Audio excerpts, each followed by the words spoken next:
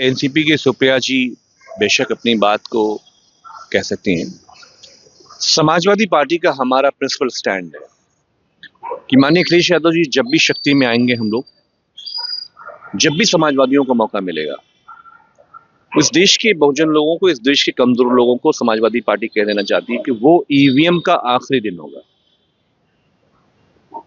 और कोई डिफरेंस नहीं है, डिफरेंस ऑफ ओपिनियन रखना सभी का अधिकार है। और सुप्रिया सुले महाराष्ट्र की बहुत बड़ी नेता हैं, देश की महिलाओं की बहुत बड़ी आवाज है। अखिलेश जी हम लोग बहुत उनका सम्मान करते हैं, लेकिन एक बात बहुत क्लियर है कि सोशलिस्टों में जिस दिन भी अखिलेश जी हम लोग शक्ति में आएंगे, वो ईवीएम का आखिरी दिन होगा। दुनिया के लोकतंत्र में, बड़े बड़े लोकतंत्र में आज ईवीएम को डिसोन किया जा रहा है। देखिए, ये कोई मुद्दे नहीं है।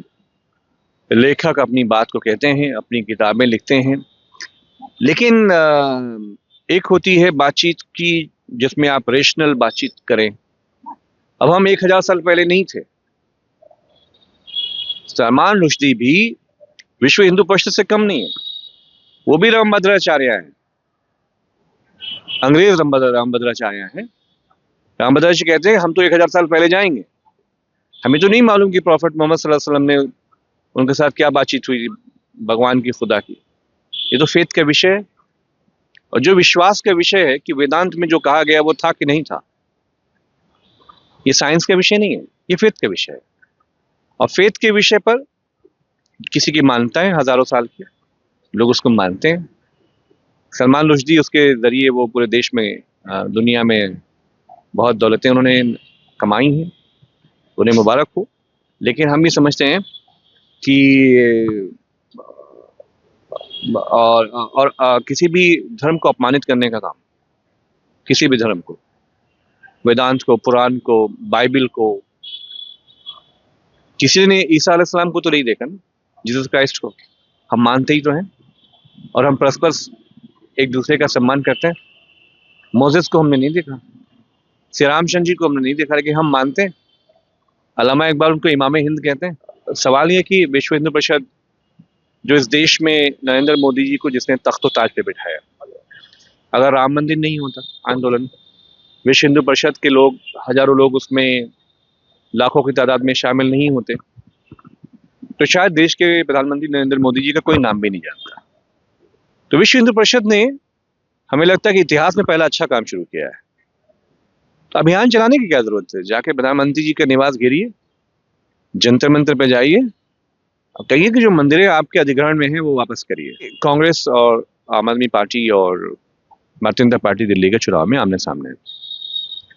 अखिलेश जी का और हमारी समाजवादी पार्टी का बहुत प्रिंसिपल स्टैंड है कि ये समय है कि जो भी आरएसएस बीजेपी को कुचलने में आगे है,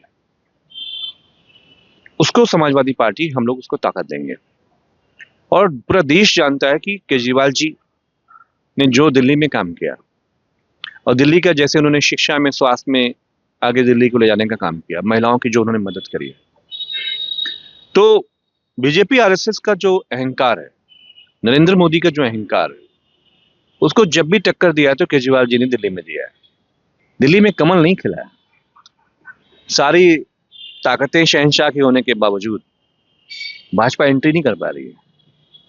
तो हम ये समझते हैं कि इंडिया अलायंस का जो एक स्ट्रेटजी थी वो हमारा सेंटर के लोकसभा चुनाव का है, और जिन राज्यों में बीजेपी आरएसएस को जो भी हराएगा, हमारे नेता अखिलेश जी ने साफ कहा है कि हम लोग उनके साथ हैं। देखिए, सवाल बीजेपी राज्यों में कैसे सरकारें बनाती है, इसको कौन नहीं जानता है।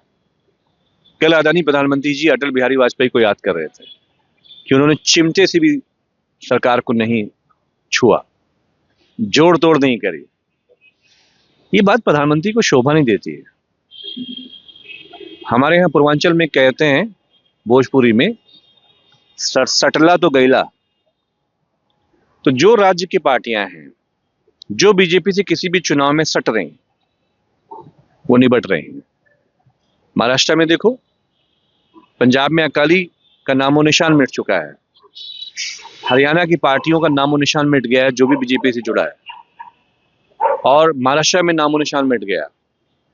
पूरी जो बाला साहब की जो विरासत थी, जिसके सामने नरेंद्र मोदी घुटने टेकते थे, आज उस दल को तोड़ के उसकी कोई हैसियत नहीं बची है।